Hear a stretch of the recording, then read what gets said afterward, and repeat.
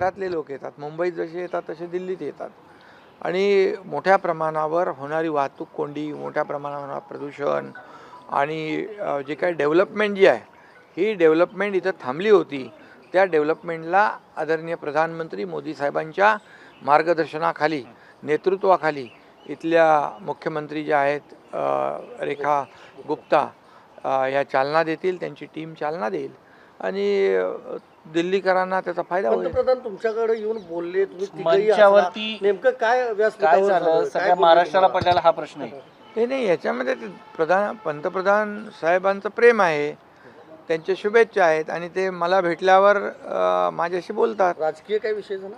आता तिथं एवढ्या व्यासपीठावर शपथविधी तिथे काय राजकीय होणार. पण वेगळी लंच डिप्लोमॅसी झाली, तिथं काही चर्चा झाली त्यामध्ये का? जेवण होतं आणि शिवजयंतीच्या बाबतीमध्ये चर्चा केली.